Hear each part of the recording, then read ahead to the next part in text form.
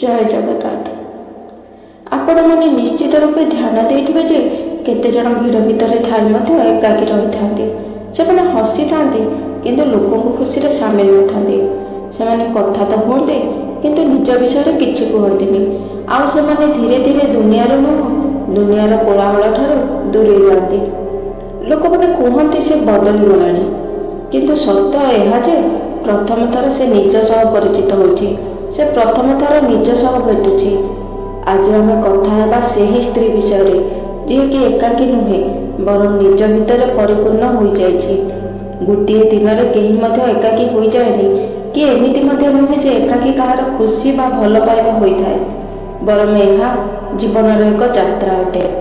धीरे धीरे लोकों शब्द अणशुणा हो जाए एवं निज भितर शब्द सब स्पष्ट रूपे शुणा जाए। सबुबले आरंभ तो कष्ट ही होता है। जितेबाला से सब कष्ट सही निज दायित्व तुलाई थाए आउ बुझा केही भी न थाए से से कहवा बंद कर दिए। रागिकी नुह सब परिस्थिति को बुझी सुझी से समस्त मध्य रही निजक एकाकी कर दिए। से बुझी जाए किछि लोक सांगरे थाई सांगरे न था।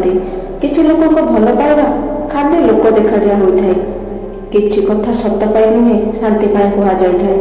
तापर निज भीतर एक आवाज आसी थाए बास बास एतिकी। सेतेबेलू एकांतर समय आरंभ होता है। मनुष्य जदि चाहिब ताहले से निजे ही निजर उद्धार कर पारिबो। जदि कौनसी स्त्री निजे एकाकी रहिबा शिखी जाए तेबे से काहाठारु दूरे जाएनि बरं से निजको झुंटिबारु बंचाई थाए। समस्ते देखते से कौन कथा कहे बेकार कथा कहेनि कारण से बुझी सारी थाए सब कथार प्रतिक्रिया देवा उचित नुह। से जानी सारी थाए शांति दरकार। से जानी सारी थाए जे प्रत्येक व्यक्ति एक एक ऊर्जा अटंती। केते जण अशांति दियंती आ केते जण शांति देइथांती। प्रथम से थकी जाउथिला किंतु जानि पार नथिला काहेकि किंतु एबे से जानि पारिछि जेउठी मन डरू थाए सेठी आपणार न थाए। जेउठी प्रमाण देबाकू पड़े सेठी संपर्कर मूल्य न थाए। चुप रहिबा कमजोरी नुहे। जेउठी स्त्री जवाब देवा बंद कर दिए सेठी से हारी जाए ना बरं से निर्णय नहीं था जे से सब कथा बुझेगा नहीं कारण जे बुझा चाहेनि ताकू शब्द जे बदलाइब यह असंभव। गीतार प्रथम सत्य जे प्रकृतर ज्ञानी से केबे तर्क करे ना कारण सत्य को केबे मते प्रमाणर आवश्यकता न थाए। तार एमिति धीरे धीरे बदलिवा भितर मानसिक चाप कम होइथाए आ आंतरिक विचारर वृद्धि घटिथाए। प्रथम से अन्यमानक सह रहुथिला किंतु एबे से निज सहित रहुछि। प्रथम समय अतिबाहित करुथिला एबे से समय को अनुभव करुछि। सकाळर ठंडा ठंडा पवन झरकारू आसुथिबा सूर्यक किरण निरला समय प्रथम खाली खाली लागुथिला किंतु एबे ए सब ही भल लागुछि। गीतार द्वितीय सत्य जेतेबेले मन स्थिर हो जाए सेतेबेले मनुष्य एका रुहे ना से निज सहित सबुबले जोड़ी होई रहिथाए। आउ सी जेतेबेले निज सहित जोड़ी होई जाए सेतेबेले ताको भिडर आवश्यकता रुहे नाही। एमिति नुहे जे ताको लोकमाने पसंद करंतिनि किंतु ताको निज सहित भेटिबार थिला। अनेक वर्ष पर्यंत से अन्य को बुझिबारे अन्य को जानिबारे लागिथिला किंतु एबे समय आसीछि निजको जानिबार। दुनिया कहे एकाकी अर्थ दुख किंतु से जानी सारिछि एकाकीर अर्थ जाग्रत हेबा। जे थारे निजको शुणी पारे ता सामने दुनियार शब्द कोठी हजि जाए। गोटे दिन एमिति आसे जो दिन से निजको निजे प्रश्न करे मु केमिति अछि मोर परिचय कौन किंतु ता पाखरे कौनसी उत्तर न थाए। से समय तार आध्यात्मिक यात्रार आरंभ हुए। तेणु एकाकी रहुथिबा स्त्री भांगी जाई न थाए बरं तार पुनर्जन्म होइथाए। तार असली परिवर्तन एबेठु ही आरंभ होइथाए। से दुनियार दूरे जाई निज मनर निकटतर होइथाए किंतु मन सहित मिशिबा मन को जानिबा एवं मन को वश करबा सबठारु कठिन साधन। जेतेबेले मनुष्य एकाकी बसिबा आरंभ करे प्रथमे प्रथमे ताको शांति मिली न थाए। आ मनरे आसी थाए निज सहित घटिथिबा घटना लोक माने कहिथिबा कथा। तापर से भाबी थाए सତରେ कौन मु ही भूलथिली। एहा ही सेही समय जेउठु आत्मज्ञानर आरंभ हुए। धीरे धीरे ताको शांति और आनंदर परम सुख प्राप्त होइथाए। गीतार तृतीय सत्य श्रीकृष्ण अर्जुन को कहिथिले मन ही बंधनर कारण आ मन ही मुक्तिर कारण। तेणु से बुझी जाए सबुर कारण पछरे एही मन। ଏଠାରେ ବାହାର ଦୁନିଆର କୌଣସି ଅର୍ଥ ନାହିଁ, କାରଣ ମନ ହିଁ ଆଶା କରିଥାଏ, ଆଉ ଆଶା ପୂରଣ ନ କଲେ ମନ ହିଁ ଦୁଃଖ କରିଥାଏ। ତେଣୁ ମନ ଉପରେ ନିୟନ୍ତ୍ରଣ ନିହାତି ଦରକାର। ନିଜର ଉର୍ଜା ବଦଳିଲେ ଦୁନିଆ ବଦଳିଯାଏ। ତାପରେ ସେ ନିଜକୁ ବଦଳାଇବାରେ ମନୋନିବେଶ କରେ। ପ୍ରଥମେ ସେ ପ୍ରତିକ୍ରିୟା ଦେଉଥିଲା, ଏବେ ସେ ନିରୀକ୍ଷଣ କରୁଛି।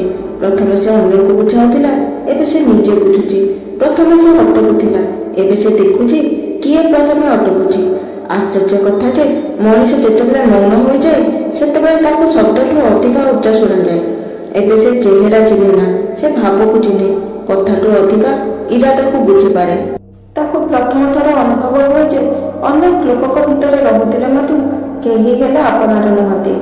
ଗୀତାର ଚତୁର୍ଥ ସତ୍ୟ, ଜ୍ଞାନୀ ସମଦର୍ଶୀ ହୋଇଥାଏ। ଯାହାକୁ ଜ୍ଞାନ ହୋଇଯାଏ ତାକୁ ଆକର୍ଷଣ ବାନ୍ଧି ପାରେ ନାହିଁ। ସେ ସବୁଥିରେ ସତ୍ୟକୁ ଦେଖିପାରେ। ସେ ଏବେ ସମସ୍ତଙ୍କୁ ତାର କାହାଣୀ କହେ ନାହିଁ କି ଏବେ ତାକୁ ଅନ୍ୟର କଥା କଷ୍ଟ ଦିଏନି। ସେ ତାର କାରଣ ସ୍ପଷ୍ଟ ଦେଖିପାରେ। ଏହି ବୁଝିବା ଶକ୍ତି ତାକୁ କ୍ଷମାର ସାଗର କରିଦିଏ। ପ୍ରଥମେ ଯେଉଁ ଚୁପ୍ ରହିବା ତାର ଦୁଃଖ ଥିଲା, ଏବେ ତାହା ତା ପାଇଁ ନିର୍ଣ୍ଣୟ ହୋଇଯାଏ। କାରଣ ଜାଣିସାରିଥାଏ ସେ ସମସ୍ତେ ଶୁଣିବା ପାଇଁ ଆସିନଥାନ୍ତି, କେହି କେହି ଶୁଣେଇବା ପାଇଁ ଆସିଥାନ୍ତି। ପ୍ରଥମେ ଯେଉଁ ଏକାକୀପଣ ତାକୁ ଖାଇ ବୁଡ଼ାଉଥିଲା, ଏବେ ସେହି ଏକାକୀପଣ ତାକୁ ନୂଆ ରୂପରେ ନିର୍ମାଣ କରି ଚାଲିଛି। ତାପରେ ତା ଜୀବନ ହିଁ ପୁରାପୁରି ବଦଳିଯାଏ। ଏବେ ସେ ମନେ ପକାଇବା ପାଇଁ ଯାଏନି କି କାହାକୁ ବୁଝାଇବା ପାଇଁ ଯାଏନି। ସେ ବୁଝି ସାରିଛି ଯେଉଁଠି ସମ୍ମାନ ନାହିଁ ସେଠି ଉପସ୍ଥିତି ବ୍ୟର୍ଥ ଅଟେ। ଗୀତାର ପଞ୍ଚମ ସତ୍ୟ, ଜ୍ଞାନଠୁ ବଡ଼ କୌଣସି ଜିନିଷ ମଧ୍ୟ ପବିତ୍ର ନୁହେଁ। ତାକୁ ଏବେ ଜ୍ଞାନ ହୋଇଗଲାଣି। ପ୍ରେମ କାହାଠାରୁ ମଗାଯାଏ ନାହିଁ କି ବରଂ ଅନୁଭବ କରାଯାଏ। ସମ୍ମାନକୁ ବୁଝାଯାଏନି, ସମ୍ମାନ ଦିଆଯାଏ। ଆଉ ଯାହାଠାରୁ ଏ ଦୁଇଟା ଯାକ ମିଳିବାର ଆଶା ନଥାଏ ତାହାକୁ ଧରାଯାଏନି, ବରଂ ଛାଡ଼ି ଦିଆଯାଏ। ଏହି ପରିବର୍ତ୍ତନ ହିଁ ଜୀବନର ମୋଡ଼ ଅଟେ। ଏହା ପରଠାରୁ ସେ ସ୍ପଷ୍ଟ ହୋଇଯାଏ। କମ୍ ହସେ କିନ୍ତୁ ହୃଦୟରୁ ହସେ, କମ୍ କହେ କିନ୍ତୁ ସତ କହେ, କମ୍ ମିଶେ କିନ୍ତୁ ଠିକ୍ ଭାବରେ ମିଶେ। ଏବେ ତାକୁ ଭିତରର ଶାନ୍ତି ହିଁ ସବୁଠାରୁ ଅଧିକ ଭଲ ଲାଗେ। ଏବେ ତାକୁ ପସନ୍ଦ ସକାଳର ଆକାଶ, ସନ୍ଧ୍ୟାର ପବନ ଆଉ ଶାନ୍ତିରେ ବସିବା। ଏବେ ସେ ବୁଝିଗଲାଣି ଶାନ୍ତି ବାହାରେ ମିଳେନି, ନିଜ ଭିତରେ ମିଳିଥାଏ। ଦୁନିଆ ବଦଳେନି, ନିଜ ଦେଖିବା ଶୈଳୀକୁ ବଦଳାଇଲେ ଦୁନିଆ ବଦଳିଯାଏ। ଏବେ ସେ ଅନ୍ୟକୁ ବଦଳାଇବାକୁ ଚେଷ୍ଟା କରେନି, ଖାଲି ସେମାନଙ୍କୁ ଦେଖି ଚାଲେ। ଆଉ ଏହିଠାରୁ ଅଦୃଶ୍ୟ ଦୂରତାର ସୃଷ୍ଟି ହୁଏ। ଏହାର ଅର୍ଥ ନୁହେଁ ଯେ ସେ କାହାଠାରୁ ନିଜେ ଦୂରେଇ ଯାଏନି, ଅନ୍ୟମାନେ ତାଠାରୁ ଆପେ ଆପେ ଦୂରେଇ ଯାଆନ୍ତି। ଏବେ ସେ ସେହି ନାରୀ ହୋଇ ରୁହେନି ଯିଏ ଦିନେ ସବୁ ସରିଯାଉଥିଲା। ପ୍ରଥମେ ସେ ଚୁପ୍ ରହୁଥିଲା କାରଣ ତାର କିଛି ହରାଇବାର ଭୟ ଥିଲା, କିନ୍ତୁ ଏବେ ସେ ଶାନ୍ତ ରହୁଛି କାରଣ ତାକୁ ନିଜକୁ ହରାଇବାର ଭୟ ରହୁଛି। ଏହି ଅନ୍ତର ଅଭିନ୍ନ ଲାଗିଲେ ବି ଗଭୀର ଅଟେ। ଏବେ ତା ଜୀବନରେ କେହି ଆସିଲେ ସେ ଦେଖେନି ସେହି ବ୍ୟକ୍ତି କେତେ କହେ, ବରଂ ସେ ଦେଖେ ସେହି ବ୍ୟକ୍ତି କେତେ ସ୍ଥିର ଅଟେ। ସେ ଦେଖେନି ତାକୁ କିଏ କେତେ ଭଲ ପାଏ, ବରଂ ସେ ଦେଖେ ତାକୁ କିଏ କେତେ ବୁଝିପାରେ। ଆକର୍ଷଣ ସବୁବେଳେ ଅଧିକ ହୋଇଥାଏ କିନ୍ତୁ ସ୍ଥିରତା ସବୁବେଳେ ଦୁର୍ଲଭ ହୋଇଥାଏ। ଗୀତାର ଷଷ୍ଠ ନିୟମ, ସ୍ଥିର ବ୍ୟକ୍ତିର ପରିଚୟ କ'ଣ? ଉତ୍ତର ହେଉଛି ଯେ ସୁଖରେ ବିଚଳିତ ହୁଏନି ଆଉ ଦୁଃଖରେ ଭାଙ୍ଗି ଯାଏନି। ସେହି ପ୍ରକୃତରେ ସ୍ଥିରଚିତ୍ତର ବ୍ୟକ୍ତି। ସେହି ସ୍ତ୍ରୀ ଏବେ ସ୍ଥିତପ୍ରଜ୍ଞ ହେବାରେ ଲାଗିଛି। ଏବେ ତାର ଖୁସି କୌଣସି ବିଷୟ ଉପରେ ନିର୍ଭର କରେ ନାହିଁ, ତାର ଦୁଃଖ କାହାର ବଚନ ଉପରେ ନିର୍ଭର କରେ ନାହିଁ, ତାର ଶାନ୍ତି କାହାର ସ୍ୱୀକୃତି ଉପରେ ନିର୍ଭର କରେନି। ହେଲେ ଏବେ ଲୋକମାନେ କାହିଁକି ତାଠାରୁ ଦୂରେଇ ଯାଆନ୍ତି? କାରଣ ଏବେ ସେହି ସ୍ତ୍ରୀ ସବୁବେଳେ ସେମାନଙ୍କ ପାଖରେ ଉପଲବ୍ଧି ରୁହେନି। ଏବେ ସେହି ସ୍ତ୍ରୀ ସବୁବେଳେ ସତ କହିଥାଏ, ଶାନ୍ତ ସ୍ୱରରେ କିନ୍ତୁ ସ୍ପଷ୍ଟ ରୂପରେ। ଏହା ସମସ୍ତଙ୍କୁ ସ୍ୱୀକାର ହୋଇନଥାଏ। ପ୍ରଥମେ ସେ ସବୁ ସମ୍ପର୍କ ବଞ୍ଚାଇବାକୁ ଚାହୁଁଥିଲା, କିନ୍ତୁ ଏବେ ସେ କେବଳ ପ୍ରକୃତ ସମ୍ପର୍କର ରକ୍ଷା କରିଥାଏ। ଆଉ ତାର ଉଚ୍ଚ ସମ୍ମୁଖରେ ମିଛ ସମ୍ପର୍କ ଆପେ ଆପେ ନଷ୍ଟ ହୋଇଯାଏ। ଗୀତାର ସପ୍ତମ ସତ୍ୟ, ଯଦି ଭିତରେ ଅସନ୍ତୁଳନ ବଢ଼ିଯାଏ ସେତେବେଳେ ଚେତନା ଭିତରର ସନ୍ତୁଳନକୁ ରକ୍ଷା କରିଥାଏ। ତାର ଏକାନ୍ତ ସେହି ସନ୍ତୁଳନର ଏକ ପ୍ରକ୍ରିୟା ଅଟେ। ଏବେ ତାକୁ ଛୋଟ ଛୋଟ ଜିନିଷରେ ଖୁସି ମିଳିଯାଏ।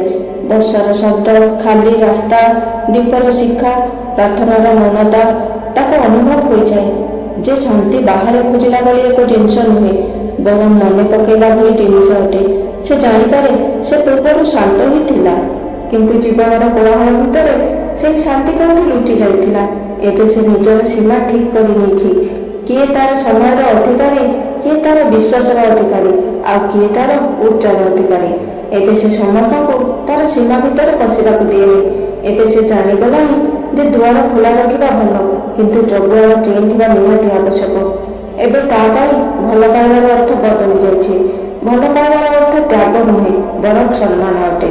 ଭଲ ପାଇବା ଏବେ ଡୋରିର ନାମ ନୁହେଁ, ବରଂ ସ୍ୱତନ୍ତ୍ରତାର ନାମ ଅଟେ। ଭଲ ପାଇବା ଆସକ୍ତି ନୁହେଁ, ବରଂ ସଚେତ ଉପସ୍ଥିତି ଅଟେ।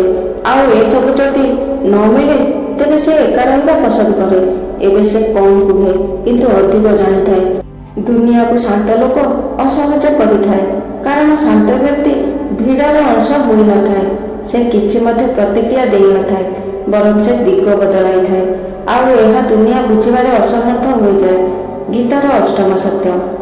ଯିଏ ନିଜ ଆତ୍ମାରେ ସନ୍ତୁଷ୍ଟ ଅଟେ ସେ ନିଜ ଭିତରେ ସନ୍ତୁଷ୍ଟି ଖୋଜି ସାରିଛି। ଆଉ ଯିଏ ଭିତରୁ ସନ୍ତୁଷ୍ଟ ଅଟେ ତାକୁ ବାହାର ଭିକର ଆବଶ୍ୟକତା ନଥାଏ। ଏବେ ସେ ଶାନ୍ତ ଅଟେ, କିନ୍ତୁ ଏହା ତାର ଅନ୍ତ ନୁହେଁ। ଏବେ ତା ଜୀବନର ଏକ ନୂଆ ଅଧ୍ୟାୟର ଆରମ୍ଭ ହୁଏ। ସେ କେବଳ ନିଜକୁ ବୁଝେନି, ବରଂ ସେ ଅନ୍ୟମାନଙ୍କୁ ମଧ୍ୟ ପ୍ରକାଶ ପ୍ରଦାନ କରେ। କେମିତି ଜଣେ ଏକାନ୍ତରେ ରହୁଥିବା ସ୍ତ୍ରୀ ଅନ୍ୟମାନଙ୍କ ପାଇଁ ପ୍ରକାଶ ପାଲଟିଯାଏ। ଯେତେବେଳେ ଜଣେ ନିଜକୁ ଜାଣିନିଏ ସେ ସେତେବେଳେ ନିଜ ଭିତରେ ସୀମିତ ହୋଇ ରହିନଥାଏ। ସେ କିଛି ନ କହି ମଧ୍ୟ ଅନ୍ୟମାନଙ୍କୁ ଆକର୍ଷିତ କରିଚାଲେ। କିଛି ଲୋକ କାହିଁକି ଶିଖାନ୍ତି, ଆଉ କିଛି ଲୋକ ଉପସ୍ଥିତ ହୋଇକି ଶିଖାନ୍ତି।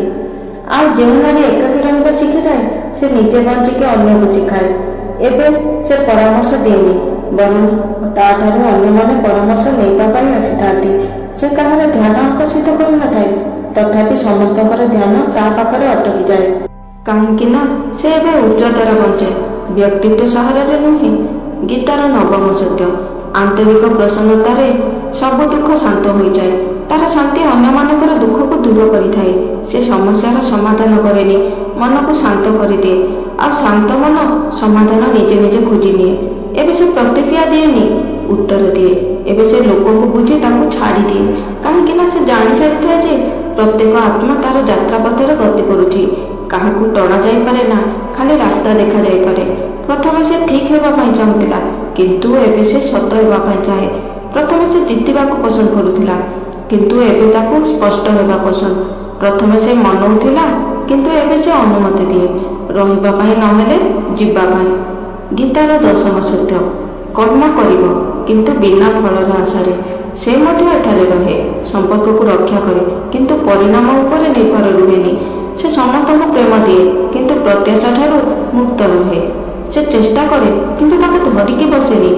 ତାର ମନ ହାଲୁକା ରହେ। ତାର ଶକ୍ତି ଆବାଜ ନୁହେଁ, ସ୍ଥିରତା ଅଟେ। ସବୁଠାରୁ ବଡ଼ କଥା, ତାକୁ କାହାକୁ ହରାଇବାର ଦରକାର ପଡ଼େନି, କାରଣ ସେ ନିଜ ଭିତରେ ଲଢ଼ିବା ହିଁ ବନ୍ଦ କରିସାରିଛି। ଏବେ ତା ପାଖରେ କେହି ଥିଲେ ସେ ଖୁସି, କେହି ନଥିଲେ ବି ଖୁସି। ଏହି ଏକା ରହିବା ତା ପାଇଁ ତାର ଆତ୍ମିକ ସ୍ୱତନ୍ତ୍ରତା ଅଟେ। ଏବେ ତାର ସୁଖ ସ୍ଥିତି ଉପରେ ନିର୍ଭର କରେ ନା, ତାର ଶାନ୍ତି ବ୍ୟକ୍ତି ଉପରେ ନିର୍ଭର କରେ ନା, ତାର ମନ ପରିସ୍ଥିତି ଉପରେ ନିର୍ଭର କରେ ନା। ଗୀତାର 11ତମ ସତ୍ୟ। ଜ୍ଞାନୀ ବ୍ୟକ୍ତି ସମସ୍ତଙ୍କ ଭିତରେ ଗୋଟିଏ ଆତ୍ମାକୁ ଦେଖିଥାଏ। ଏବେ ସେ ଲୋକଙ୍କୁ ତାଙ୍କ ବ୍ୟବହାରଠୁ ନୁହେଁ, ତାଙ୍କ ଅବସ୍ଥାରୁ ଚିହ୍ନିଥାଏ। କିଏ ଯଦି ରାଗିଯାଏ ତେବେ ସେ ତାକୁ କ୍ରୋଧୀ ଭାବେନି, ବରଂ ତାକୁ ଅଶାନ୍ତ ଭାବେ।